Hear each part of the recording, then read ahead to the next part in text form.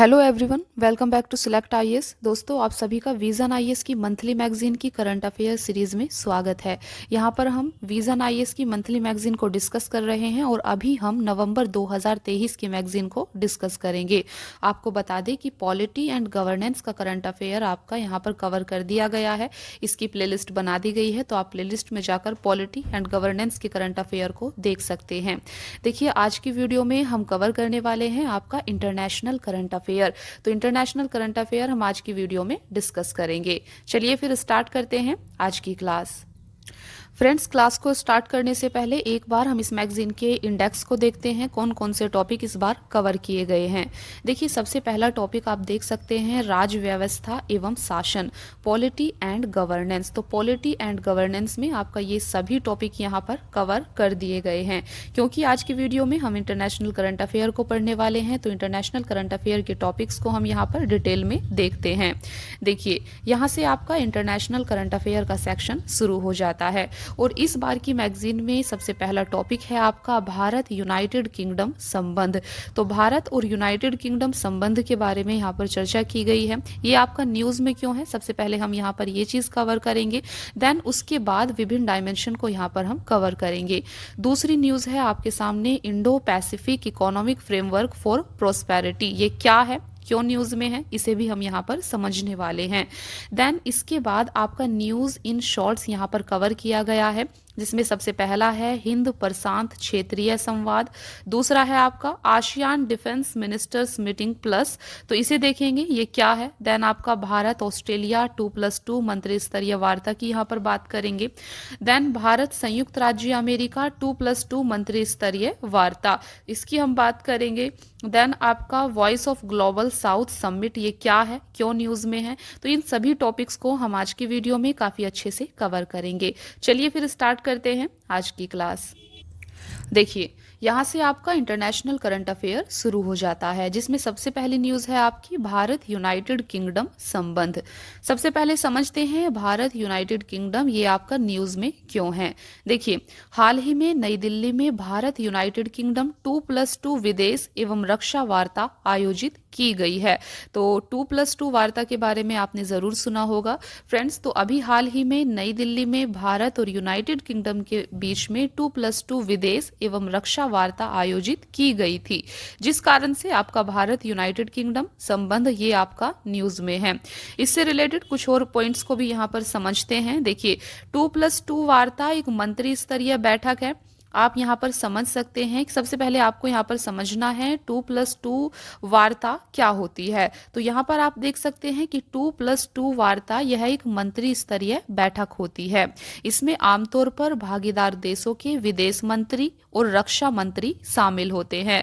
तो 2+2 वार्ता में जो भी भागीदार देश होते हैं उनके विदेश मंत्री और रक्षा मंत्री शामिल होते हैं। भारत और यूनाइटेड किंगडम ने भी व्यापक रणनीतिक साझेदारी के सभी पहलुओं पर चर्चा और समीक्षा करने के लिए 2+2 तंत्र को अपनाया है। तो आपको याद रखना है भारत किन देशों के साथ में 2+2 वार्ता करता है, तो जिनमें से एक आपके सामने है यूनाइटेड किंगडम। आगे हम दूसरे देशों की भी बात करेंगे। देखिए, हाल ही में संपन्न इस वार्ता में दोनों पक्षों ने अनेक क्षेत्रों में सहयोग बढ़ाने की संभावनाओं पर चर्चा की थी। इसमें व्यापार व निवेश, रक्षा, महत्वपूर्ण एवं उभरती प्रौद्योगिकियां, हिंद प्रशांत जैसे विषय शामिल रहे। तो इन सभी टॉपिक्स पर, इन सभी विषय पर भारत और यूनाइटेड किंगडम दोनों पक्षों ने बात की। देखिए, यहाँ पर हम भारत और यूनाइटेड किंगडम संबंधों की समीक्षा करेंगे। देखिए, चलिए दोस्तों, अभी भारत और यूनाइटेड किंगडम संबंधों को व्यापक तौर पर समझते हैं। तो यहाँ पर आप देख सकते हैं, सबसे पहले भारत और यूनाइटेड किंगडम को आपको समझना है कि भारत और यूनाइटेड किंगडम दोनों के कुछ साझा सामरिक हित हैं। साझा सामरिक हित का मतलब ये है, देखिए, कोई भी कंट्री होती है वो अपने नेशनल इंटरेस्ट के लिए काम करती है, अपने राष्ट्रीय हित के लिए काम करती है, और जिस कंट्री के साथ उसका नेशनल इंटरेस्ट मिलता है तो उन दोनों के क्या होता है, उन दोनों के संबंध अच्छे होते हैं।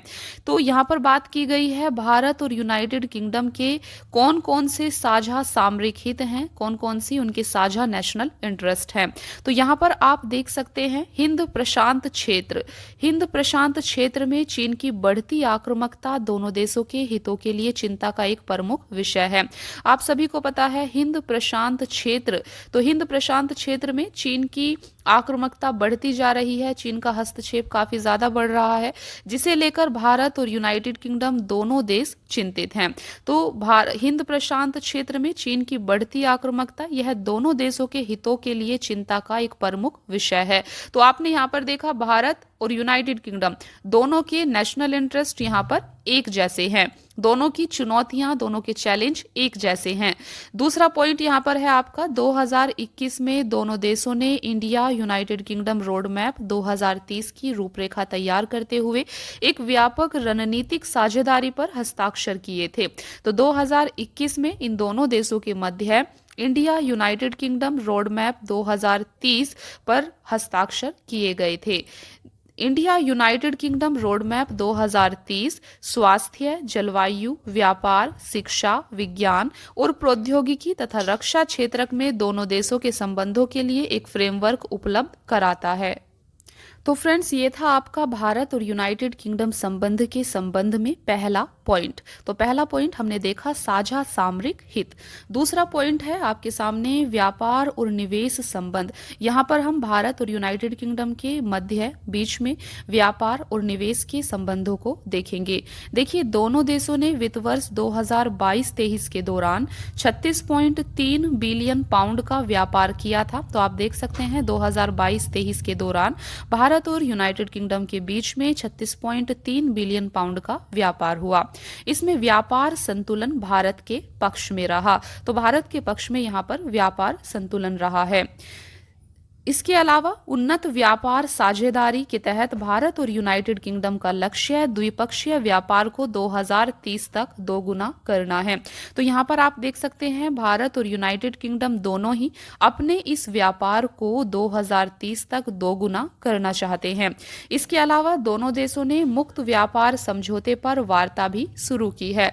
तो दोनों देशों के बीच में FTA फ्री ट्रेड एग्रीमेंट मुक्त व्यापार समझौते को लेकर भी बातचीत की जा रही है। इसके अलावा इंडिया इंफ्रास्ट्रक्चर फाइनेंस ब्रिज की घोषणा भी यहाँ पर की गई है। इसका उद्देश्य भारत की राष्ट्रीय अवसंरचना पाइपलाइन के समर्थन में विशेषज्ञता और निवेश का लाभ उठाना है। तो ये है आपका इंडिया इंफ्रास्ट्रक्चर फाइनेंस ब्रिज। देखिए, तो फ्रेंड्स, यहाँ पर हमने दो पॉइंट्स की बात कर ली है। पहला था आपका साझा सामरिक हित, दूसरा है व्यापार और निवेश संबंध कैसे हैं भारत और यूनाइटेड किंगडम के मध्य, और आगे को व्यापार और निवेश को लेकर इनकी रणनीति क्या रहने वाली है। तो आपने देखा कि यहाँ पर दोनों ही कंट्री अपने व्यापार को 2030 तक दोगुना करना चाहते हैं। FTA पर बातचीत चल रही है। तीसरा पॉइंट आपके सामने है रक्षा से रिलेटेड। चलिए देखते हैं रक्षा के क्षेत्र में दोनों के संबंध क्या हैं और आगे को लेकर क्या रणनीति है। तो भारत और यूनाइटेड किंगडम ने 2015 में रक्षा और अंतर्राष्ट्रीय सुरक्षा साझेदारी पर हस्ताक्षर किए थे।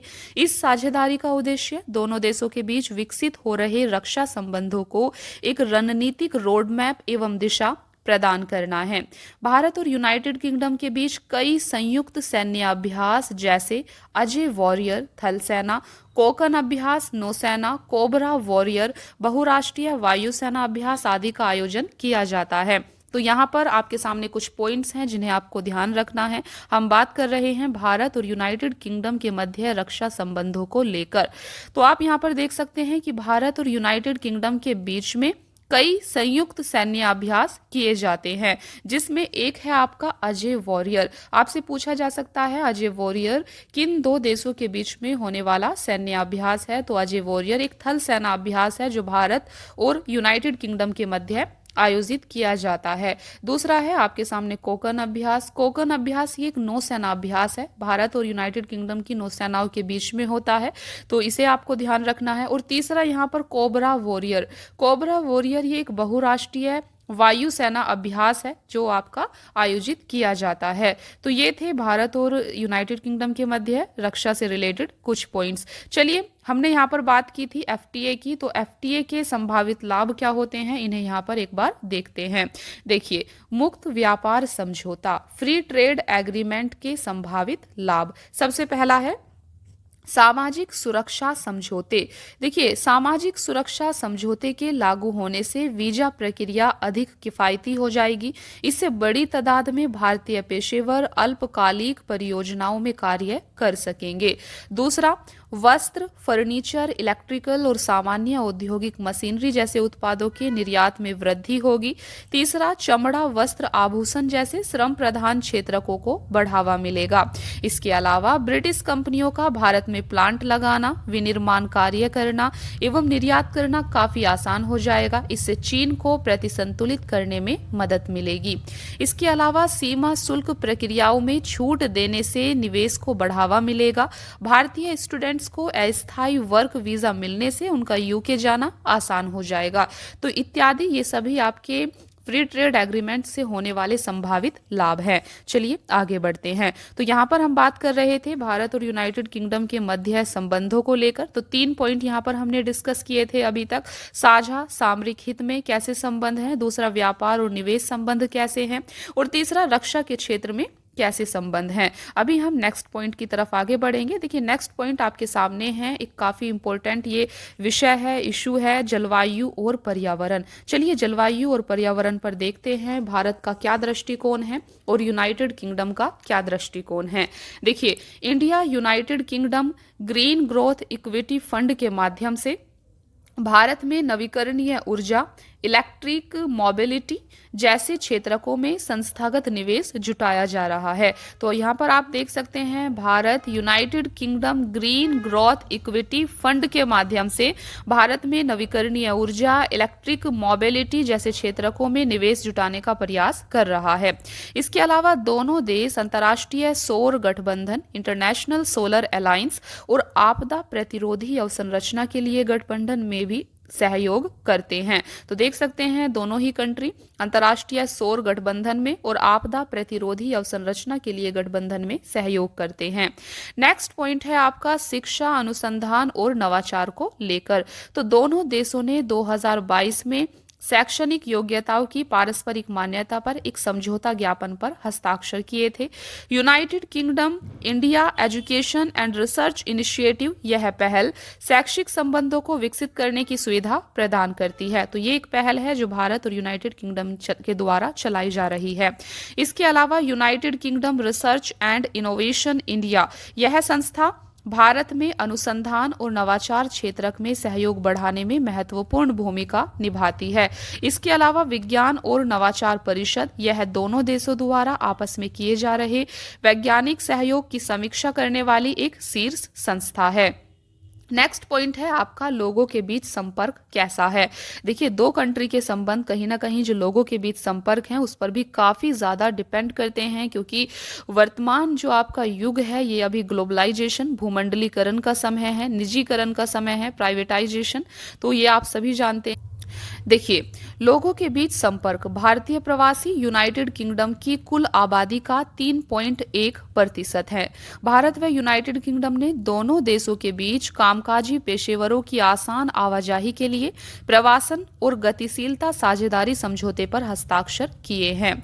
चलिए फ्रेंड्स, यहाँ पर हमने अलग अलग संदर्भ में भारत और यूनाइटेड किंगडम के रिश्तों को समझने का प्रयास किया है, उनके बीच देखा है कि क्या सब चीजें की जा रही हैं और आगे क्या किया जाना है। अभी हम भारत और यूनाइटेड किंगडम संबंधों में चुनौतियों की बात करेंगे। तो भारत और यूनाइटेड किंगडम संबंधों में क्या सब चुनौतियां हैं, जिसमें सबसे पहला पॉइंट है सीमित रक्षा सहयोग।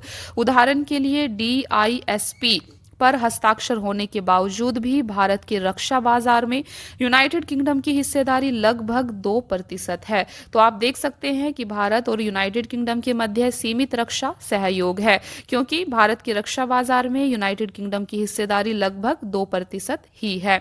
दूसरा, राज्य प्रायोजित आतंकवाद पर यूनाइटेड किंगडम का रुख। यूनाइटेड किंगडम ने शुरू से ही पाकिस्तान द्वारा प्रायोजित आतंकवाद पर कठोर रुख नहीं अपनाया है।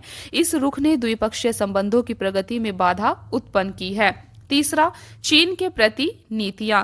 भले ही यूनाइटेड किंगडम ने विशेषकर दक्षिण चीन सागर में चीन को एक खतरे के रूप में माना है, परंतु ब्रेक्जिट के बाद वह चीन को अपनी आर्थिक नीति का आधार बनाने का प्रयास कर रहा है।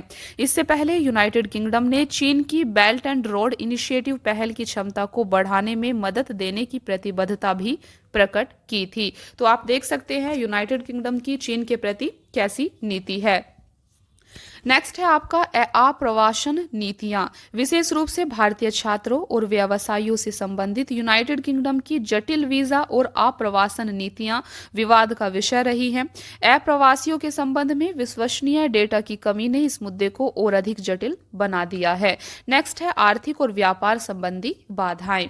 आजादी के बाद लंबे समय तक जहां भारत ने आत्मनिर्भरता और सार्वजनिक क्षेत्र पर ध्यान केंद्रित किया है, वहीं इस दौर में यूनाइटेड किंगडम एक गतिशील बाजार अर्थव्यवस्था बन चुका था। प्राथमिकताओं की इस असमानता ने दोनों देशों के व्यापक आर्थिक सहयोग पर रोक लगा रखी थी। तो आर्थिक और व्यापार संबंधी बाधाएं यहाँ पर आप देख सकते हैं। इसके अलावा दोनों देशों ने मुक्त व्यापार समझौते एफटीए पर वार्ता समापन की कोई विशिष्ट समय सीमा निर्धारित अभी तक नहीं की है।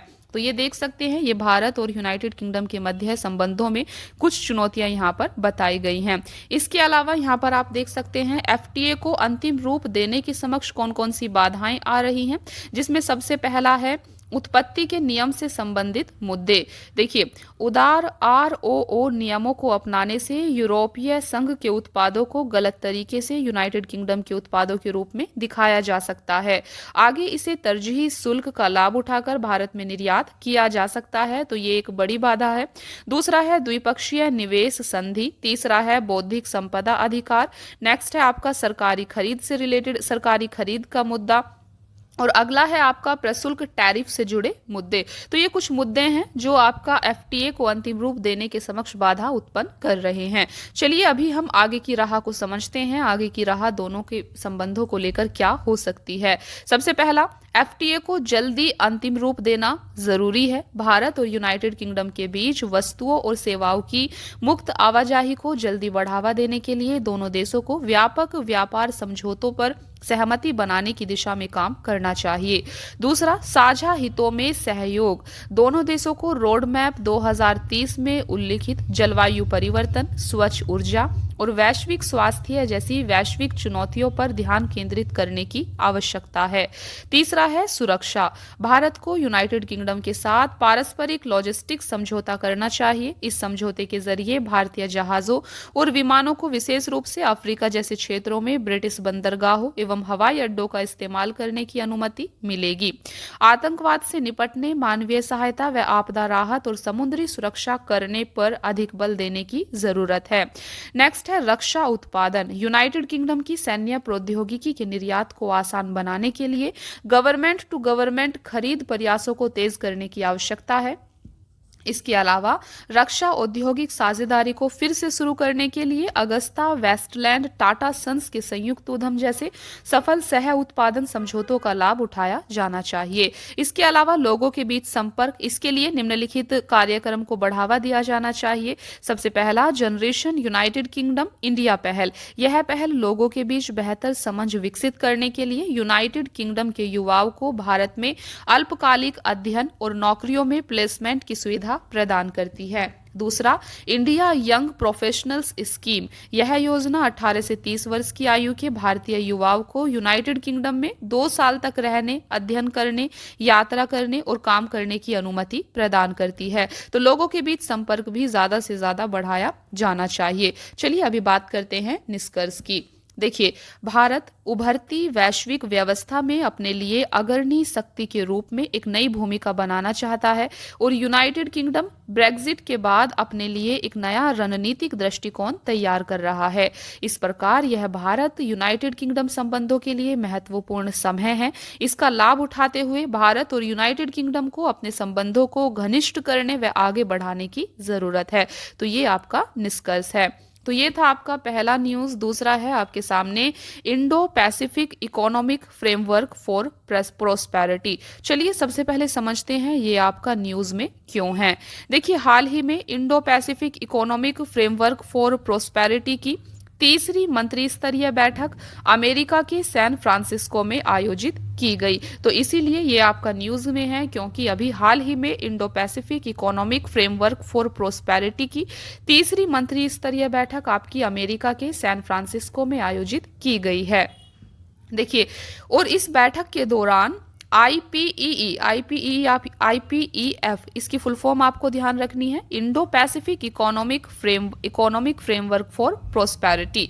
तो बार बार हम देखिए आईपीईएफ इसी वर्ड को यूज करेंगे, पूरा फुल फॉर्म यूज नहीं करेंगे। देखिए, तो इस बैठक के दौरान आईपीईएफ स्तंभ 3 स्वच्छ अर्थव्यवस्था तथा स्तंभ आपका 4 निष्पक्ष अर्थव्यवस्था के तहत वार्ता संपन्न हुई है। इसके अतिरिक्त मंत्रियों ने स्तंभ 2 के तहत निर्धारित आपूर्ति श्रृंखला लचीलेपन से संबंधित आईपीईएफ समझौते पर भी हस्ताक्षर किए हैं। इस समझौते में निम्नलिखित की स्थापना की परिकल्पना भी की गई है। सबसे पहला है आईपीईएफ आपूर्ति श्रृंखला परिषद। इसकी स्थापना हिंद प्रशांत क्षेत्र में आपूर्ति श्रृंखला से जुड़े मुद्दों पर सहयोग की देखरेख के लिए की जाएगी।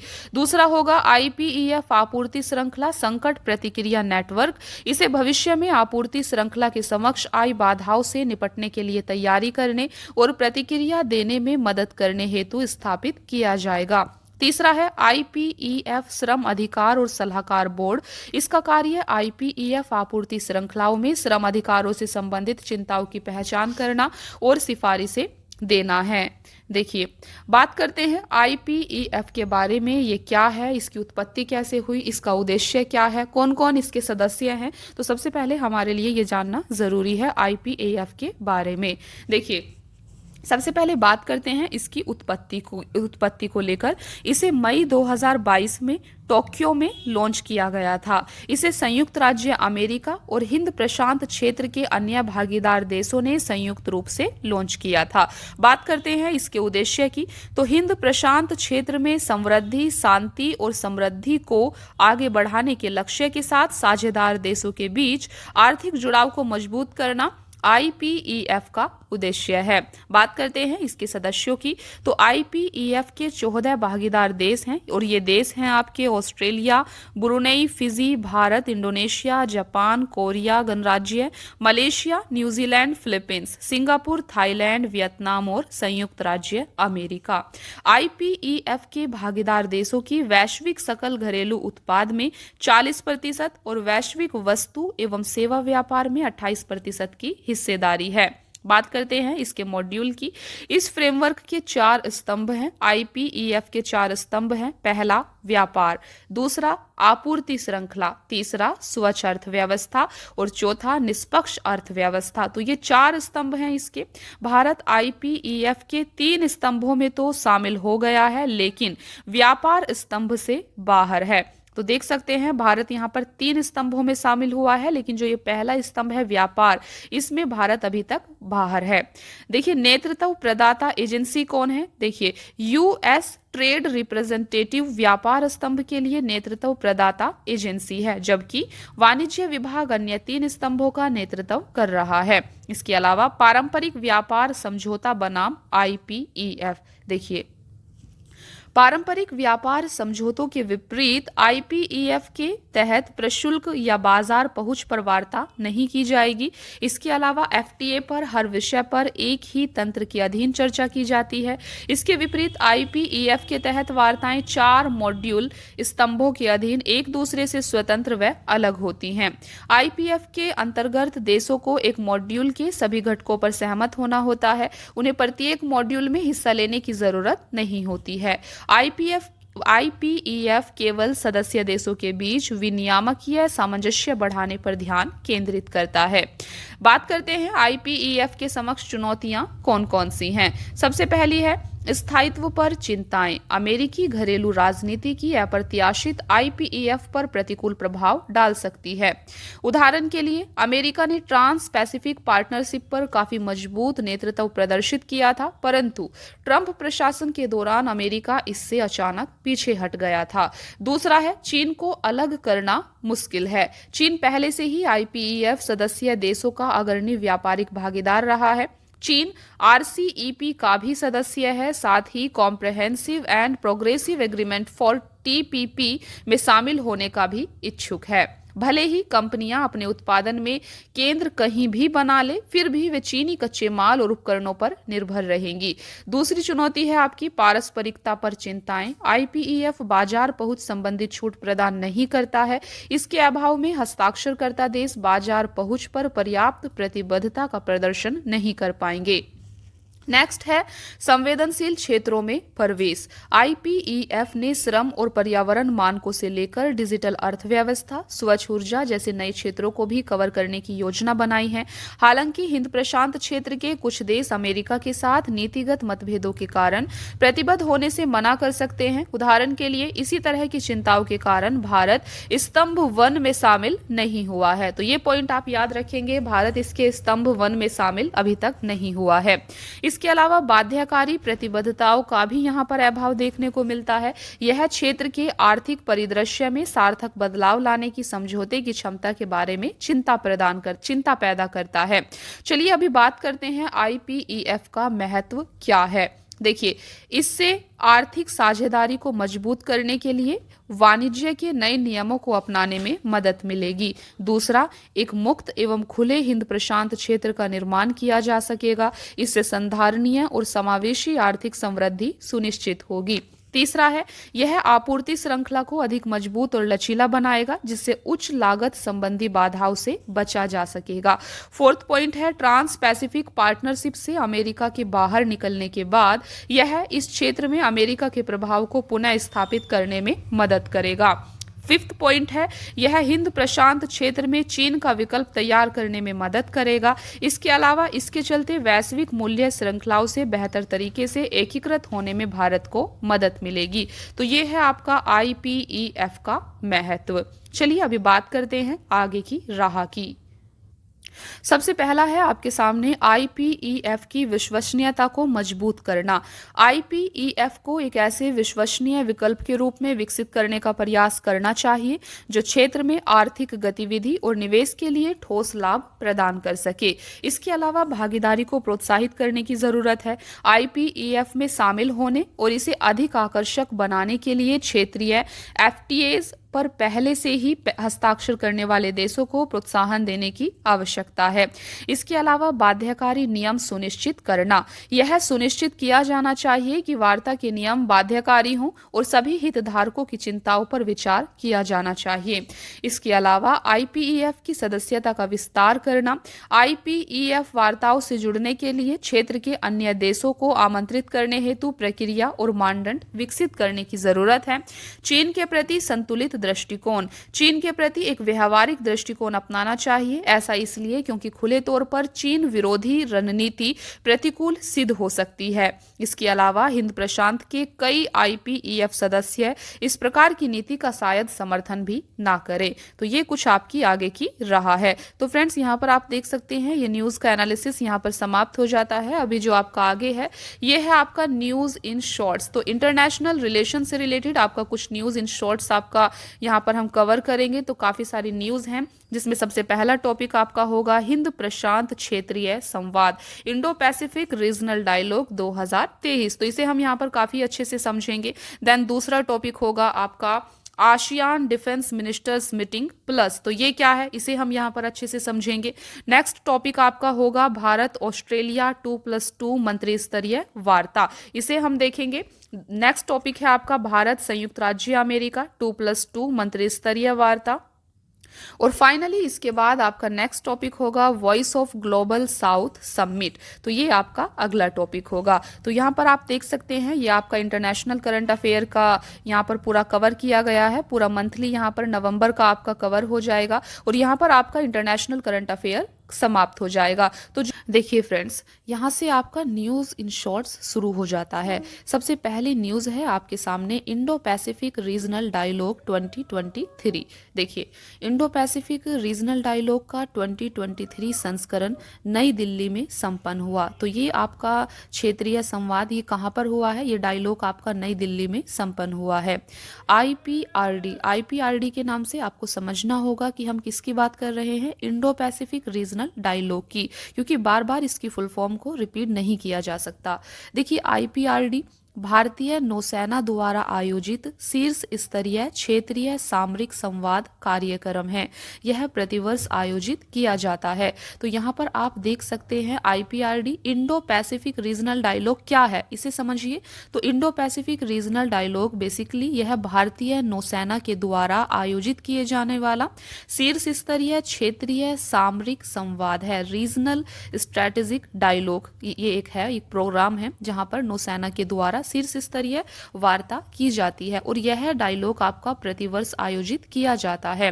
देखिए IPRD 2023 की थीम क्या थी इस बार, तो इसकी थीम थी हिंद प्रशांत समुद्री व्यापार और कनेक्टिविटी पर भू राजनीतिक प्रभाव। ये इस बार की IPRD 2023 की थीम थी। IPRD 2023 का आयोजन नेशनल मैरीटाइम फाउंडेशन नई दिल्ली ने भारतीय नौसेना के नॉलेज पार्टनर के रूप में किया था। IPRD का लक्ष्य हिंद प्रशांत क्षेत्र में अलग अलग समुद्री सामरिक गतिविधियों, क्षेत्रीय अवसरों और चुनौतियों की समीक्षा करना है। साथ ही क्षेत्र के मुख्य हितधारकों के बीच चुनौतियों के समाधान पर संवाद को बढ़ावा देना भी इसका एक उद्देश्य है। तो आप यहाँ पर देख सकते हैं IPRD का बेसिकली उद्देश्य क्या है, इसको क्यों बनाया गया है, क्यों आयोजित किया जाता है। देखिए तो IPRD का लक्ष्य यहाँ पर है बेसिकली हिंद प्रशांत क्षेत्र में अलग अलग समुद्री सामरिक गतिविधियों, तो हिंद प्रशांत क्षेत्र पर इसका फोकस है। इसके अलावा क्षेत्रीय अवसरों और चुनौतियों की समीक्षा करना इसका लक्ष्य है। इसके अलावा क्षेत्र के मुख्य हितधारकों के बीच चुनौतियों के समाधान पर संवाद को बढ़ावा देना भी इसका एक उद्देश्य है। तो यह समाधान पर संवाद को बढ़ावा देना चाहता है। तो फ्रेंड्स ये था आपका IPRD Indo Pacific regional dialogue 2023 कहाँ पर आयोजित की गई थी, तो नई दिल्ली में इसको आयोजित किया गया था। दूसरा है आपका सामने दूसरी न्यूज है ASEAN defence ministers meeting plus. तो ये क्या है, चलिए इसे समझते हैं। देखिए 10वीं ASEAN defence ministers meeting plus Jakarta Indonesia में आयोजित हुई। सबसे पहले आपको याद रखना है इस बार की ASEAN defence minister meeting plus ये कहाँ पर आयोजित हुई है, तो इसका आयोजन इंडोनेशिया की राजधानी जकार्ता में किया गया है। देखिए ADMM प्लस, तो ADMM प्लस क्या है, इसकी फुल फॉर्म है ASEAN defence ministers meeting plus. तो आपको इसे समझना होगा। देखिए आपसे ऐसे भी क्वेश्चन पूछा जा सकता है, ये फुल देखिए इतना ही आपसे लिखा जाएगा ADMM प्लस, आपको इसीलिए इसकी फुल फॉर्म को भी याद रखना है। यही है आपका ASEAN defence ministers meeting plus. तो ADMM प्लस को 2010 में स्थापित किया गया था। इसकी स्थापना कब हुई थी, 2010 में। यह आसियान दक्षिण पूर्व एशियाई देशों का संघ और इसके 8 डायलॉग पार्टनर्स प्लस देशों के लिए एक मंच है। तो आप देख सकते हैं ADMM प्लस को 2010 में स्थापित किया गया था और यह आसियान और इसके 8 डायलॉग पार्टनर्स के लिए एक मंच है। प्लस देशों में जो आपके 8 डायलॉग पार्टनर्स है इन्हीं को यहाँ पर प्लस देश कहा जा रहा है, इसे आप समझ सकते हैं। देखिए प्लस देशों में कौन कौन सी यहाँ पर कंट्री शामिल हैं, तो देख सकते हैं प्लस देशों में यहाँ पर ऑस्ट्रेलिया, चीन, भारत, जापान, न्यूजीलैंड, दक्षिण कोरिया, रूस और संयुक्त राज्य अमेरिका शामिल है। ADMM आसियान में सर्वोच्च रक्षा सलाहकार और सहयोगी तंत्र है। इसका उद्देश्य शांति और स्थिरता के लिए सुरक्षा एवं रक्षा सहयोग को मजबूत करना है। तो ये है आपका ADMM प्लस। देखिए इसके अलावा भारत ने काउंटर टेररिज्म पर विशेषज्ञ कार्य समूह की सह अध्यक्षता का प्रस्ताव यहां पर दिया है, जिसका ADMM प्लस ने समर्थन भी किया है। यह ADMM प्लस के फोकस क्षेत्रों में से एक है। भारत ने क्षेत्र में समुद्री सुरक्षा बढ़ाने के लिए ADMM प्लस के साथ परिणाम केंद्रित सहयोग के लिए भी प्रतिबद्धता जताई है। समुद्री सुरक्षा में भारत की भूमिका पर बात करते हैं। देखिए सबसे पहला नियम आधारित व्यवस्था, भारत ने इसे समुद्री कानून पर संयुक्त राष्ट्र अभिसमय UN क्लोज के बारे में आपने सुना होगा। यह समुद्री कानून पर संयुक्त राष्ट्र अभिसमय है, बेसिकली एक समुद्री कानून है। देखिए तो भारत ने इसे समुद्री कानून पर संयुक्त राष्ट्र अभिसमय 1982 के कार्यान्वयन के जरिए सुनिश्चित किया है। यह व्यवस्था नौ परिवहन की स्वतंत्रता, निर्बाध वैध व्यापार आदि सुनिश्चित करती है। भारत शांति और स्थिरता के लिए वार्ता एवं कूटनीति पर जोर देता है। भारत का मानना है कि वर्तमान युग युद्ध का युग नहीं है। भारत नियमित निगरानी के माध्यम से समुद्री मार्गों और चोक पॉइंट्स को सुरक्षित रखता है। चोक पॉइंट्स जैसे मलक्का, जलडमरू मध्य है। इसके अलावा क्षमता निर्माण पर फोकस करना है। इसमें सैन्य अभ्यास और रक्षा सहयोग आदि शामिल है। उदाहरण के लिए सैन्य अभ्यास सिंगापुर भारत समुद्री द्विपक्षीय अभ्यास सिम्बैक्स। तो सिम्बैक्स आप देख सकते हैं, सिम्बैक्स भारत और सिंगापुर के बीच में आयोजित होने वाला एक सैन्य अभ्यास है। रक्षा सहयोग की बात करें तो फिलीपींस को ब्रह्मोस मिसाइलों की आपूर्ति करने के लिए एक समझौते पर हस्ताक्षर किए गए हैं। तो आप देख सकते हैं यहाँ पर क्षमता निर्माण में बात की जाती है बेसिकली सैन्य अभ्यास और रक्षा सहयोग की। यहाँ पर आप देख सकते हैं ADMM+ के मुख्य फोकस क्षेत्र कौन से हैं। तो इसके मुख्य फोकस क्षेत्र हैं, सबसे पहला समुद्री सुरक्षा, दूसरा आतंकवाद से निपटना, तीसरा मानवीय सहायता एवं आपदा प्रबंधन, चौथा शांति स्थापना अभियान चलाना। इसके अलावा सैन्य चिकित्सा, humanitarian mine action, land mines हटाने का कार्य और साइबर सुरक्षा। तो ये आपके ADMM+ के मुख्य फोकस क्षेत्र हैं। तो यहाँ पर हमने ADMM+ यानी ASEAN defence ministers meeting plus को काफी अच्छे से समझा है, जिसका आयोजन कहाँ पर किया गया था, इंडोनेशिया की राजधानी जकार्ता में। और ये आपकी 10वीं ADMM+ की बैठक थी। देखिए, तो यहाँ पर आप देख सकते हैं। अभी आपकी नेक्स्ट न्यूज काफी इंपॉर्टेंट है, भारत ऑस्ट्रेलिया 2+2 मंत्री स्तरीय वार्ता। तो इंडिया ऑस्ट्रेलिया 2+2 मिनिस्ट्रियल डायलॉग, चलिए इसे समझते हैं। देखिए, दूसरी भारत ऑस्ट्रेलिया 2+2 मंत्री स्तरीय वार्ता नई दिल्ली में आयोजित हुई। तो इसका आयोजन कहाँ पर हुआ है, नई दिल्ली में। हाल ही में भारत के रक्षा मंत्री और विदेश मंत्री ने अपने ऑस्ट्रेलियाई समकक्षों के साथ इस बैठक की सह अध्यक्षता की है। आपको यहाँ पर पता होना चाहिए 2+2 मिनिस्ट्रियल डायलॉग में कौन शामिल होता है। तो यहाँ पर जो भी आपके देश होते हैं, जिन भी कंट्री के बीच में ये होता है डायलॉग 2+2 मिनिस्ट्रियल डायलॉग, यहाँ पर इन देशों के रक्षा मंत्री और विदेश मंत्री शामिल होते हैं। तो यहाँ पर आप देख सकते हैं ये जो आपकी दूसरी भारत ऑस्ट्रेलिया 2+2 मंत्री स्तरीय वार्ता है, ये नई दिल्ली में आयोजित हुई है। और इसमें भारत के रक्षा मंत्री और विदेश मंत्री ने अपने ऑस्ट्रेलियाई समकक्षों के साथ इस बैठक की सह अध्यक्षता की है। बैठक में हिंद प्रशांत क्षेत्र के लिए मजबूत भारत ऑस्ट्रेलिया रक्षा साझेदारी के महत्व को रेखांकित किया गया है। साथ ही दोनों देशों के बीच सूचना के आदान प्रदान, रक्षा अनुसंधान आदि में सहयोग बढ़ाने का भी आह्वान किया गया है। भारत ऑस्ट्रेलिया के बीच रणनीतिक समन्वय, तो यहाँ पर आप देख सकते हैं भारत ऑस्ट्रेलिया के बीच रणनीतिक समन्वय। हिंद प्रशांत क्षेत्र में स्थित ये दोनों लोकतांत्रिक देश बहुलवादी समाज और बाजार अर्थव्यवस्था वाले देश हैं। दोनों देश हिंद प्रशांत क्षेत्र के लिए एक साझा दृष्टिकोण रखते हैं। इसके तहत दोनों इस क्षेत्र में एक स्वतंत्र, खुली, समावेशी और लचीली नियम आधारित व्यवस्था स्थापित करने का प्रयास करते हैं। Australia India Indo Pacific oceans initiative partnership Hind प्रशांत क्षेत्र में समुद्री सहयोग को आकार देने में मदद करती है। इसके अलावा ऑस्ट्रेलिया, भारत और जापान ने सप्लाई चेन रेजिलियंस इनिशिएटिव शुरू किया है। इसका उद्देश्य इस क्षेत्र में आपूर्ति श्रृंखला में विविधता लाना है। चीन की बढ़ती आक्रामकता से निपटना दोनों देशों के साझा हित में है। ये दोनों देश जापान और अमेरिका के साथ क्वेड के सदस्य भी हैं, तो इसे भी आपको ध्यान रखना है। क्वेड के बारे में आपको बताना है, कमेंट सेक्शन में आप ये बताएंगे कि क्वेड ग्रुप के कौन कौन सी कंट्री इसके सदस्य हैं। इसके अलावा द्विपक्षीय रणनीतिक साझेदारी को 2020 में व्यापक रणनीतिक साझेदारी तक बढ़ा दिया गया था। बात करते हैं मुख्य रक्षा सहयोग की।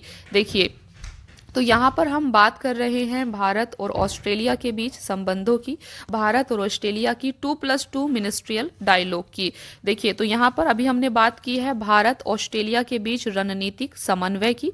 अभी जो आपका नेक्स्ट पॉइंट है यहाँ पर है मुख्य रक्षा सहयोग। भारत और ऑस्ट्रेलिया के बीच मुख्य रक्षा सहयोग में देखते हैं कौन कौन से एग्रीमेंट और क्या सब चीजें यहाँ पर की गई हैं। देखिए, सबसे पहला है आपके सामने मिलिट्री लॉजिस्टिक सपोर्ट एग्रीमेंट, यह बेहतर लॉजिस्टिक सहयोग की सुविधा प्रदान करता है।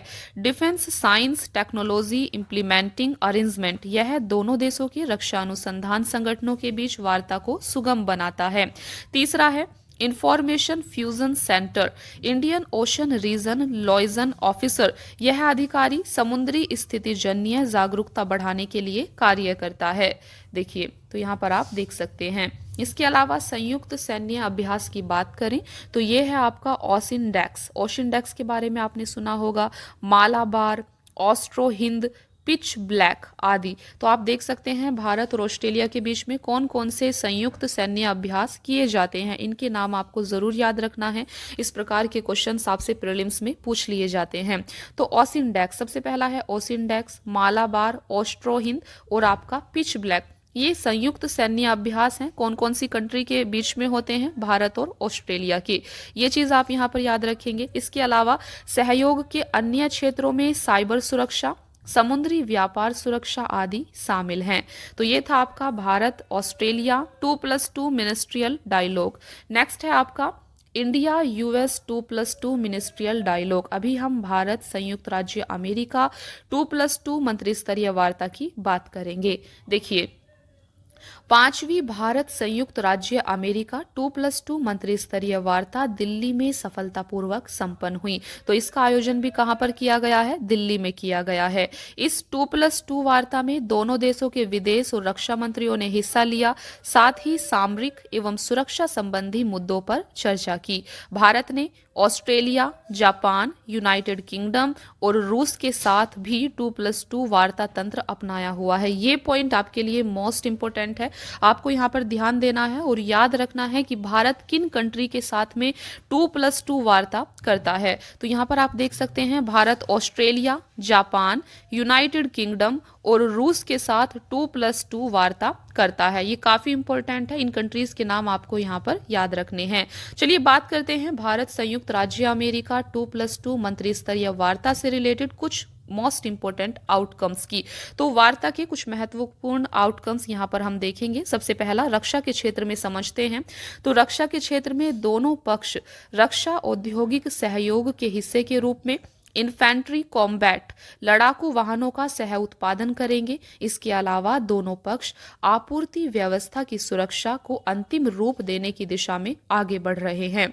SOSA, तो SOSA आप देख सकते हैं security of supply agreement. SOSA की फुल फॉर्म है सिक्योरिटी ऑफ सप्लाई एग्रीमेंट।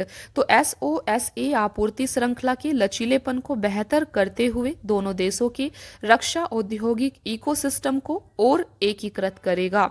इसके अलावा विज्ञान और प्रौद्योगिकी साझेदारी की बात करते हैं। सबसे पहले देखिए, यहाँ पर हमने रक्षा की बात की, रक्षा के क्षेत्र में क्या सब समझौते हुए हैं, क्या चीजें की जा रही हैं। दूसरा, अभी हम बात कर रहे हैं विज्ञान और प्रौद्योगिकी साझेदारी की।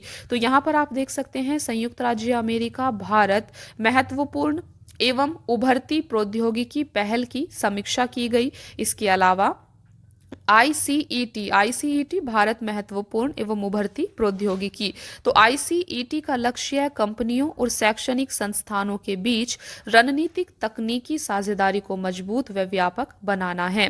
बात करते हैं व्यापार की। तो Indo Pacific economic framework for prosperity IPEF, इसे हमने डिटेल में लास्ट क्लास में समझा था। IPEF क्या है और ये न्यूज में क्यों है, तो काफी अच्छे से इसे हमने समझा था, इसीलिए आपको लास्ट क्लास को देख लेना है। देखिए, हम बात कर रहे हैं व्यापार की। तो Indo Pacific economic framework for prosperity की प्रगति की सराहना की गई है।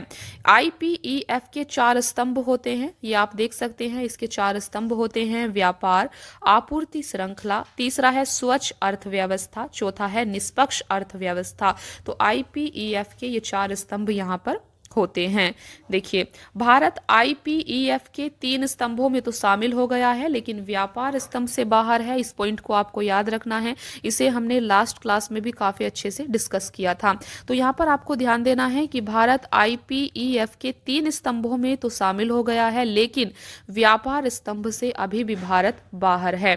बात करते हैं बहुपक्षीय कूटनीति और कनेक्टिविटी की। दोनों पक्ष कौन कौन है? भारत और संयुक्त राज्य अमेरिका। तो भारत और संयुक्त राज्य अमेरिका ने स्वतंत्र, खुले, समावेशी और लचीले हिंद प्रशांत के महत्व की पुष्टि की है। साथ ही भारत मध्य पूर्व यूरोप आर्थिक गलियारे के लाभों को भी दोहराया है।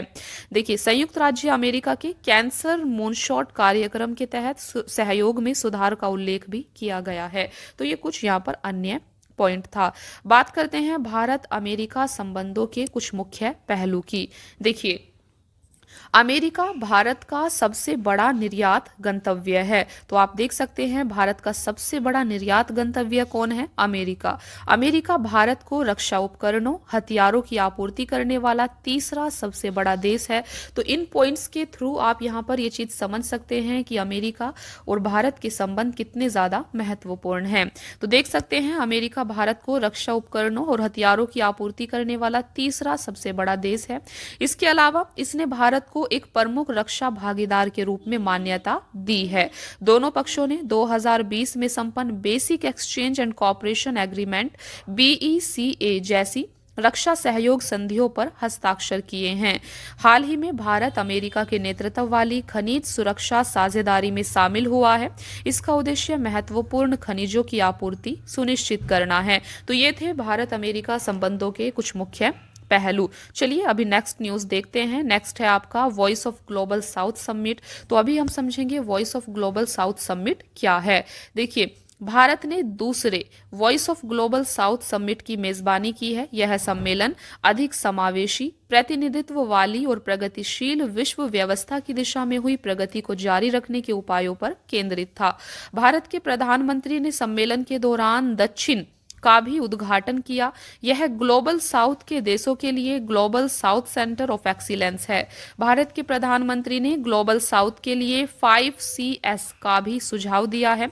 और ये 5CS क्या है? तो आप देख सकते हैं ये 5CS हैं: कंसल्टेशन, परामर्श, कॉपरेशन, सहयोग, कम्युनिकेशन, संचार, क्रिएटिविटी, रचनात्मकता, कैपेसिटी बिल्डिंग, क्षमता निर्माण। तो ये आपके यहाँ पर 5C दिए गए हैं। तो 5C का भी आपको ध्यान रखना है, क्योंकि भारत के प्रधानमंत्री ने ग्लोबल साउथ के लिए इन 5C का सुझाव यहाँ पर दिया है। 5C का मतलब क्या होता है? कंसल्टेशन, कॉपरेशन, कम्युनिकेशन, क्रिएटिविटी और कैपेसिटी बिल्डिंग। तो इन्हें आप थोड़ा ध्यान रखेंगे। देखिए, इससे पहले जनवरी 2023 में भारत ने प्रथम voice of global south summit की मेजबानी की थी। इसमें ग्लोबल साउथ के 125 देशों ने भाग लिया था। इस सम्मेलन की थीम थी unity of voice, unity of purpose. Global south शब्दावली का आशय ऐसे देशों से है जिन्हें अक्सर विकासशील, अल्प विकसित या अविकसित के रूप में संबोधित किया जाता है। तो ग्लोबल साउथ में आपके विकासशील देश शामिल होते हैं। ग्लोबल साउथ की अवधारणा को 1980 की ब्रंट लाइन से जोड़कर देखा जाता है। बात करते हैं दक्षिण दक्षिण सहयोग की। तो दक्षिण दक्षिण सहयोग क्या है, या दक्षिण दक्षिण सहयोग की आवश्यकता क्यों है? देखिए, अलग अलग क्षेत्रों और देशों पर जलवायु परिवर्तन जैसी वैश्विक चुनौतियों के असमान प्रभाव से निपटने के लिए सहयोग जरूरी है। संयुक्त राष्ट्र सुरक्षा परिषद जैसे बहुपक्षीय वैश्विक संगठनों की प्रतिनिधित्व प्रणाली में सुधार करने के लिए भी सहयोग आवश्यक है। इसके अलावा खाद्य एवं ऊर्जा सुरक्षा सुनिश्चित करने में आपसी सहयोग सहायक सिद्ध हो सकता है। सतत विकास लक्ष्यों को प्राप्त करने में भी आपसी सहयोग महत्वपूर्ण भूमिका निभा सकता है। तो आप देख सकते हैं दक्षिण दक्षिण सहयोग की आवश्यकता क्यों है। अभी बात करते हैं दक्षिण दक्षिण सहयोग के लिए भारत द्वारा शुरू की गई कुछ मुख्य पहलों की। सबसे पहला है, भारत की पहल पर अफ्रीकी संघ को G20 समूह का सदस्य बनाया गया है। ये काफी इंपॉर्टेंट एक पहल है जो भारत के द्वारा की गई है। तो भारत की पहल पर ही अफ्रीकी संघ को G20 समूह का सदस्य बनाया गया है। इसके अलावा अंतर्राष्ट्रीय सौर गठबंधन, वैश्विक जैव ईंधन गठबंधन, आपदा रोधी अवसंरचना के लिए गठबंधन जैसी पहलें शुरू की गई हैं। वैश्विक खाद्य सुरक्षा सुनिश्चित करने के लिए महर्षि पहल शुरू की गई है। तो महर्षि से आशय क्या है? महर्षि की फुल फॉर्म होती है millets and other ancient international research initiative. Millets और अन्य प्राचीन अनाज अंतर्राष्ट्रीय अनुसंधान पहल, ये आपकी महर्षि की फुल फॉर्म है। आपको याद रखना है महर्षि पहल किस लिए शुरू की गई है, तो ये वैश्विक खाद्य सुरक्षा सुनिश्चित करने के लिए शुरू की गई है। G20 digital public infrastructure framework भी यहाँ पर लॉन्च किया गया है। तो यहाँ पर आपने देखा दक्षिण दक्षिण सहयोग के लिए भारत के द्वारा शुरू की गई कुछ मुख्य पहलों को। इसके अलावा भारत ने ग्लोबल साउथ के देशों के लिए मौसम और जलवायु पर्यवेक्षण हेतु उपग्रह सेवा उपलब्ध कराने का प्रस्ताव प्रस्तुत किया है। तो ये थी आपकी voice of global south summit. यहाँ पर आप एक मैप देख सकते हैं। इस मैप में आप यहाँ पर एक लाइन देख रहे होंगे। देखिए ये जो आपकी यहाँ पर लाइन है ये आपकी वर्ल्ड को दो भागों में डिवाइड कर देती है और ये आपका पूरा ग्लोबल साउथ है। तो ये जो आपकी सारी कंट्री हैं ये ग्लोबल साउथ का हिस्सा है। तो ये आपका ग्लोबल साउथ है और ग्लोबल साउथ में आपका मोस्टली जो विकासशील कंट्री हैं वो शामिल होती हैं। तो इसे आप यहाँ पर देख सकते हैं और ये जो लाइन है इसी को ही आप देख सकते हैं ये ब्रेंड लाइन कहा जा रहा है। तो ये जो लाइन है ये पूरे वर्ल्ड को देखिए यहाँ पर आप देख पा रहे होंगे ग्लोबल नॉर्थ और ग्लोबल साउथ में डिवाइड करती है। तो ये था आपका आज का इंटरनेशनल करंट अफेयर। तो फ्रेंड्स यहाँ पर आप देख सकते हैं अभी आपका इंटरनेशनल करंट अफेयर यहाँ पर पूरा कंप्लीट हो जाता है।